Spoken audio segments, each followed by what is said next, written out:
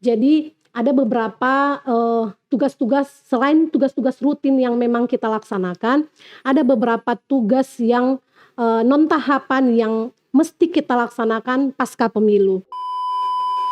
Saya sangat terharu karena pimpinan kita, Bapak Ketua dan anggota KPU serta Pak Sekretaris ikut bersama-sama dengan kami di gudang mengangkat logistik itu dari lantai 3 ke lantai 1, sebaliknya dari lantai 1 ke lantai 3.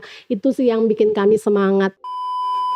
Namun kita semua, dari semua subbagian, semua pegawai, semua pelaksana di Sekretariat KPU Kota Sibolga ikut bekerja sama untuk, melaksanakan kegiatan tersebut, termasuk kita turun ke lapangan.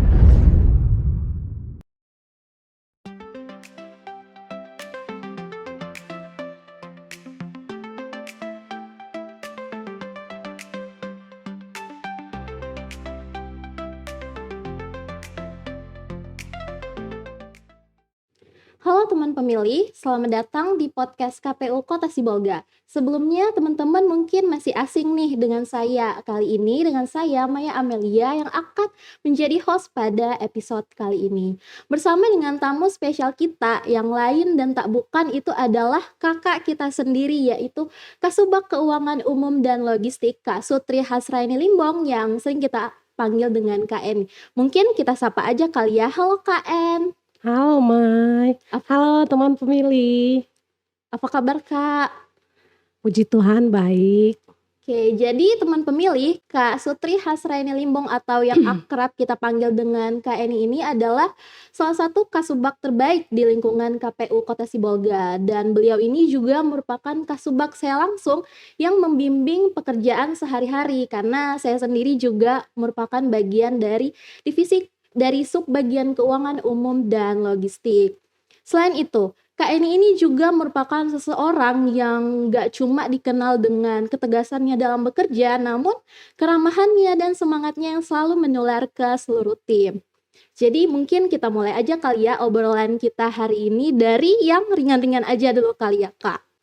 Oke, jadi boleh dong nih Kak diceritain terkait latar belakang pendidikan Kakak, bagaimana perjalanan karir Kakak hingga menjadi atau menjabat sebagai Kasubag Keuangan Umum dan Logistik. Oke Mai, jadi saya memulai karir itu menjadi CPNS tahun 2004 di pemerintah Kota Sibolga. Jadi pada awalnya saya ini adalah pegawai Pemko Sibolga yang setelah menerima SK CPNS saya ditempatkan langsung diperbantukan pada saat itu di Sekretariat KPU Kota Sibolga.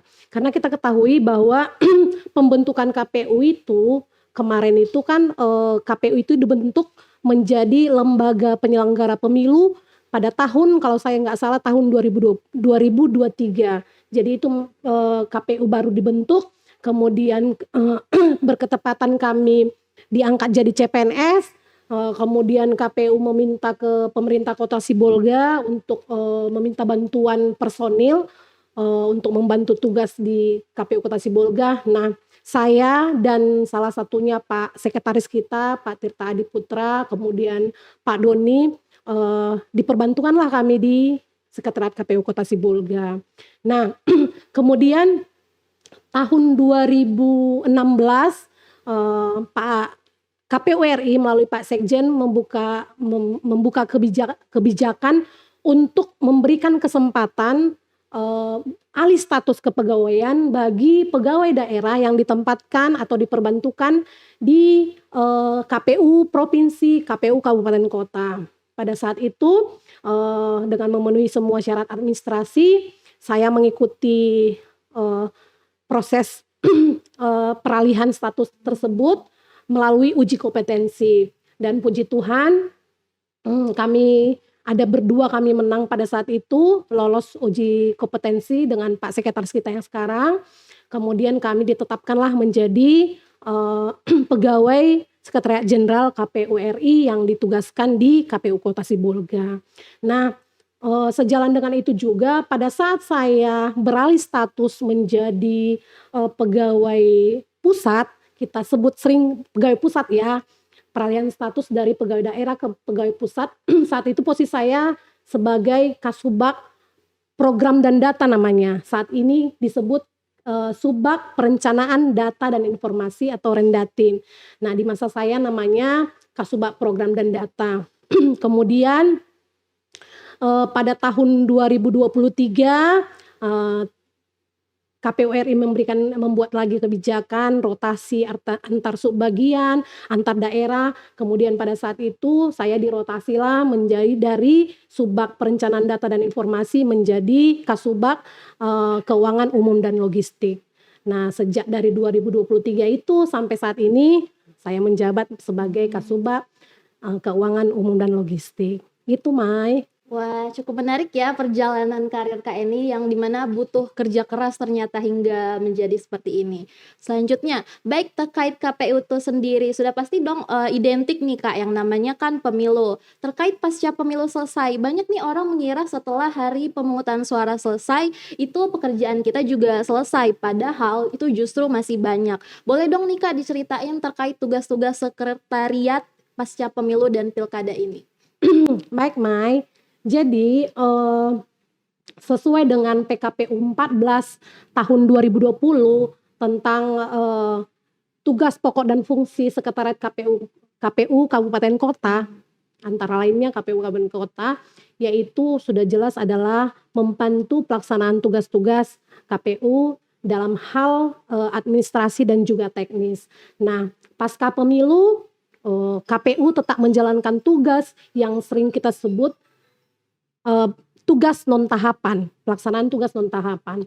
Jadi ada beberapa tugas-tugas selain tugas-tugas rutin yang memang kita laksanakan, ada beberapa tugas yang non tahapan yang mesti kita laksanakan pasca pemilu.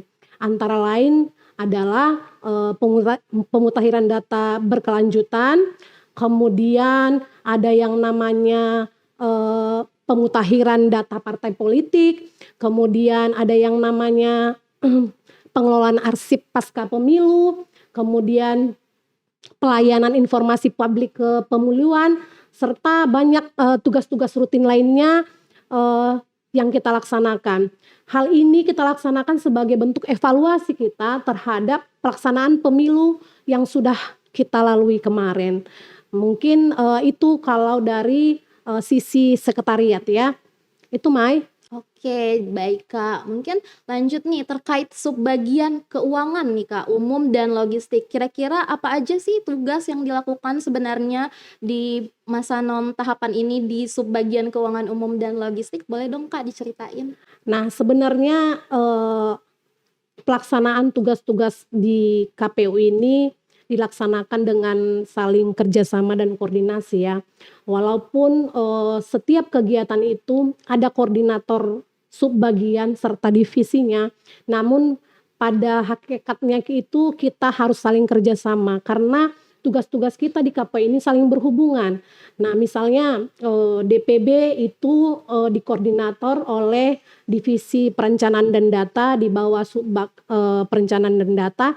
Namun kita semua dari semua subbagian, semua pegawai, semua pelaksana di Sekretariat KPU Kota Sibolga ikut bekerja sama untuk melaksanakan kegiatan tersebut, termasuk kita turun ke lapangan, verifikasi data, bahkan kita menjumpai pemilih gitu kan. Nah, itu dia. Tapi secara spesifik di Subbag Keuangan Umum dan Logistik, tugas kita sesuai dengan nomenklaturnya ya, keuangan umum dan logistik.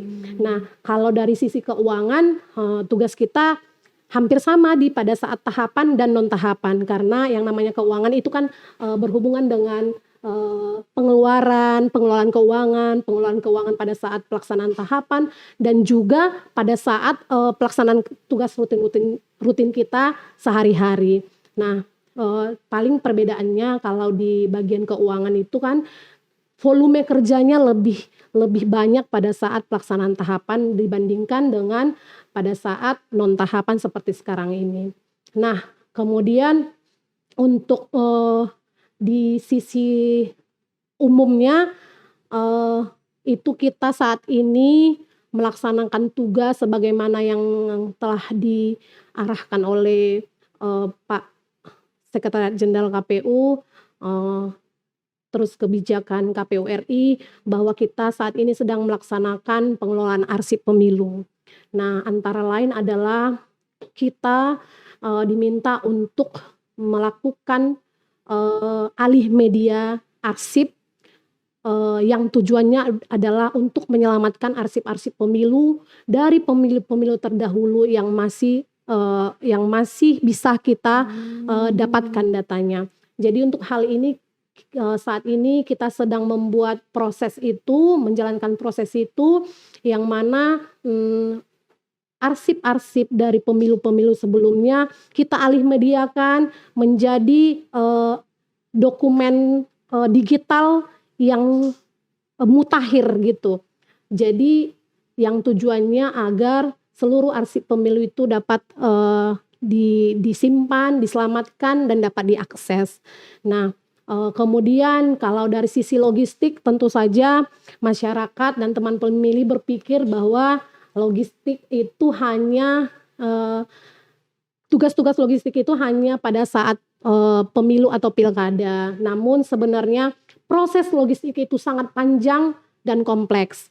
Nah, mulai dari perencanaan, kemudian persiapan, pelaksanaan, pengelolaan, sampai penyelesaian. Nah, kalau pada saat sebelum tahapan, itu kita melakukan perencanaan. Perencanaan dengan, mempedomani prinsip logistik, yaitu tepat jumlah, tepat jenis, tepat waktu, tepat sasaran, serta akuntabel. Jadi bagaimana, perencanaan, pengadaan logistik agar, dia sesuai ketentuan, kemudian tetapi tetap akuntabel sesuai dengan peraturan keuangan. Kemudian pada saat tahapan itu proses pengelolaannya, bagaimana kita menyiapkan logistik mulai dari pengadaan, di penyedia, sampai ke gudang KPU, sampai di packing, sampai di TPS dengan selamat.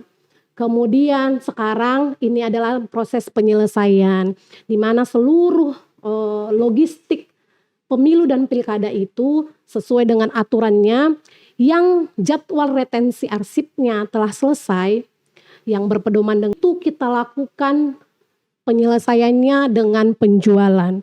Nah, itu yang kita lakukan pasca pemilu. Bagaimana prosesnya itu juga sangat panjang dan kompleks. Mulai dari kita harus, menimbang kembali logistik yang yang kembali dari tempat-tempat pemungutan suara, memilahnya, memakingnya, kemudian mengusulkannya kepada, eselon 1 kita dalam hal ini Pak Sekjen. Kemudian setelah kita dapat izin penghapusannya, kemudian kita usulkan lagi ke KPKNL, untuk dilakukan lelang gitu. Itu bentuk transparansi dan, akuntabilitas pelaksanaan pengelolaan, logistik ini. Jadi sehingga, memang benar-benar terbuka, sampai dari pengadaan sampai penjualan kembali logistik ini, memang bisa maksudnya, seterbuka mungkin gitu ya.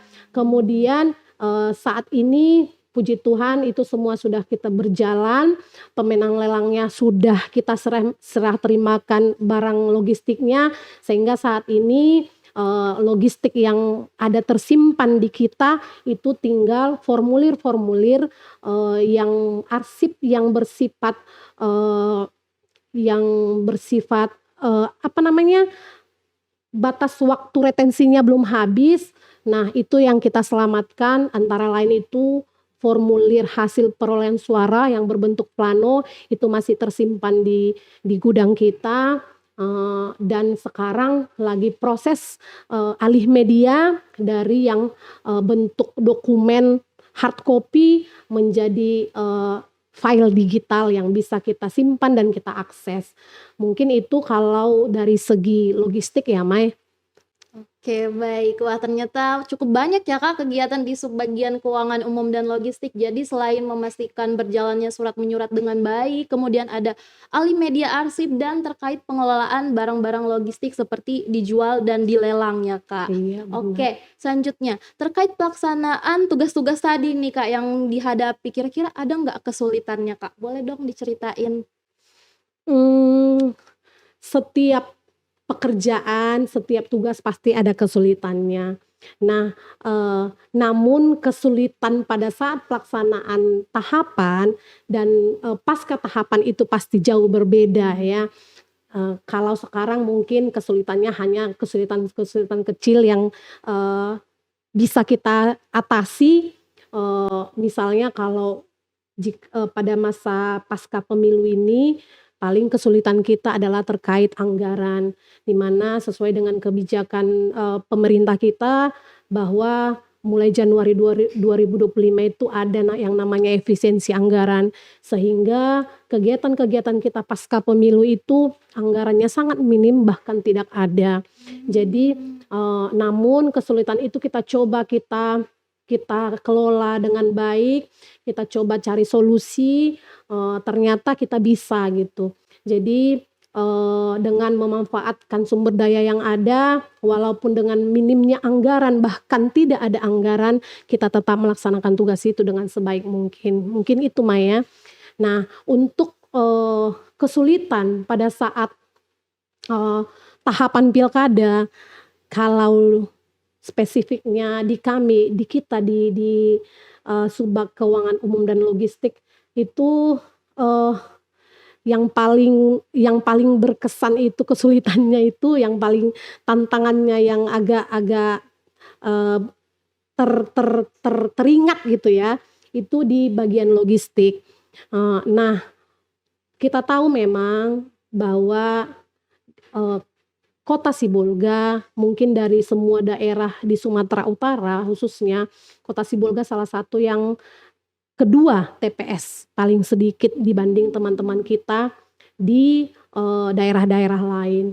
Namun, setiap daerah mungkin mengalami, kesulitan yang berbeda. Jika teman-teman kita mungkin di kabupaten kota yang lain kesulitannya adalah karena geografis, lingkungan geografis alamnya pada saat distribusi logistik. Justru, kesulitan kita di Kota Sibolga adalah dalam hal penyimpanan logistik. Nah, eee, karakter bangunan di Kota Sibolga kan rata-rata itu adalah ruko. Sementara, sesuai dengan aturan, tempat penyimpanan logistik atau sering kita sebut gudang logistik itu harus representatif. Dari segi luasnya, dari segi, bentuk bangunan, dan segala macam, itu harus benar-benar memang adalah, gudang yang nyaman, aman, dan, eee, mudah diakses. Nah, pada saat itu salah satu kesulitan yang kita alami adalah penentuan tempat penyimpanan logistik atau gudang logistik.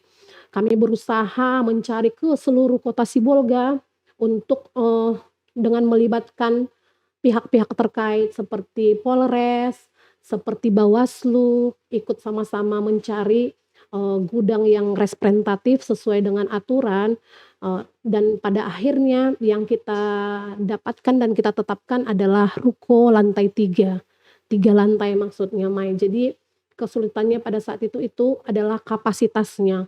Sementara pas pemilu kan, kita ada 5 jenis pemilu yang kita laksanakan. Berarti itu jenis dan jumlah logistiknya 5 kali lebih besar daripada pilkada. Berikut juga jumlah TPS, karena jumlah TPS itu mempengaruhi jumlah logistik. Nah, jumlah TPS juga hampir 2 kali lipat lebih banyak pada saat pemilu daripada pilkada. Mensiasati itu kemarin kami agak sangat kesulitan. Namun itu dia, tapi karena memang kerjasama tim, arahan, pimpinan kita, bapak-bapak komisioner, kemudian, mmm, penyusunan cara kerja dan jadwal kerja, itu bisa kita atasi. Walaupun memang, kita memang betul-betul maksimal melaksanakan itu. Mungkin itu kesulitannya di logistik. Nah, kemudian yang namanya logistik itu juga melibatkan pihak ketiga yaitu penyedia. Nah, kadang-kadang yang kita alami bahwa penyedia terlambat, barang dari penyedia itu terlambat sampai padahal SOP-nya pada saat barang sampai itu harus kita kelola lagi, kita cek lagi, kemudian kita buat lagi administrasinya. Kalau ada kekurangan dan kerusakan harus kita laporkan lagi secara berjenjang. Nah, kemudian pemenuhan kekurangannya memakan waktu. Itu yang menjadi kendala dari pemilu ke pemilu. Itu menjadi kendala bahwa sortir logistik itu dilaksanakan menjadi agak gimana ya, ngejar deadline gitu karena keterlambatan sampainya logistik. Namun puji Tuhan itu semua bisa kita atasi, dan ternyata pengelolaan logistik pemilu dan pilkada kemarin dapat berjalan dengan baik dan sesuai waktu dan sesuai dengan prinsip-prinsip logistik yang tadi. Mungkin itu, Mai. Wah, jadi ternyata di Subbak Keuangan Umum dan Logistik ini adalah tantangan terbesarnya itu di gudang logistiknya ya, Kak, mungkin. Iya. Jadi karena saya ini juga merupakan staf baru nih di Kakak, dan Kakak kan pasti punya banyak nih pengalaman terkait pemilu. Kira-kira tadi itu kan di Subbak Keuangan Umum dan Logistik. Kalau tantangan terbesar nih, Kak, dari keseluruhan selama masa pemilu dan pilkada, kira-kira apa nih, Kak? Tantangan terbesar itu sejujurnya secara pribadi itu diri sendiri ya. Jadi yang namanya logistik itu ya pasti kerja berat. Semua memang tugas kita di subbagian itu semuanya berat. Nah, untuk di logistik ini memang karena kita bukan hanya mengandalkan pikiran tetapi juga tenaga. Nah, yang paling berkesan itu pada saat tim saya kebanyakan adalah perempuan. Sementara tugas kami di gudang logistik itu dengan menaiki setiap hari 3 anak tangga dengan logistik yang begitu full maksimal isinya, volumenya, dan deadline waktu yang sangat terbatas. Nah, itu sih yang menjadi tantangan, namun kemudian karena memang tim kita solid, kerjasama yang baik, sehingga bisa diatasin. Nah, yang tantangan terbesar itu adalah pribadi ya, pada saat sudah kondisi seperti itu, kadang-kadang kesehatan kita, mental kita itu benar-benar diuji, kemudian fisik juga gitu kan, kemudian keluarga juga gitu karena itu terjadi, Mai. Kami pernah di gudang itu 2 hari 2 malam nggak pulang. Pulangnya cuman mau mandi doang. Jadi kita pergi sebagai ibu ya, kita pergi ke kantor, ke gudang pagi, pulangnya pun pagi. Mungkin itu kadang-kadang yang buat mental kita down. Cuman karena pada prinsipnya kita semua pengen pemilu itu sukses, tanggung jawab itu harus kita selesaikan, sehingga membangun semangat lagi dan menyelesaikan pekerjaan, mungkin itu. Dan memang yang membuat kita jadi semangat dan kuat itu juga dukungan pimpinan. Saya cerita sedikit, Mai. Pada saat itu saya sangat terharu karena pimpinan kita, Bapak Ketua dan anggota KPU serta Pak Sekretaris ikut bersama-sama dengan kami di gudang mengangkat logistik itu dari lantai 3 ke lantai 1, sebaliknya dari lantai 1 ke lantai 3. Itu sih yang bikin kami semangat, artinya dukungan dari bapak-bapak pimpinan kita full lah, maksimal untuk tim kita, tim logistik pada saat itu. Cukup berat ya, Kak, ternyata di KPU ini ya. Baik, kalau untuk dari Kakak juga nih sebagai Kasubag Keuangan Umum dan Logistik, kira-kira bagaimana sih cara Kakak memimpin dan menjaga tim agar tetap kompak tadi seperti di tengah kesibukan yang cukup padat selama masa pemilu ataupun pasca pemilu ini, Kak? Saya kira yang namanya tim yang paling salah satu hal penting itu adalah soliditas ya. Jadi ya kita bangunlah soliditas, kekeluargaan, kemudian mencoba memahami karakter tim kita, anggota kita masing-masing karakternya berbeda.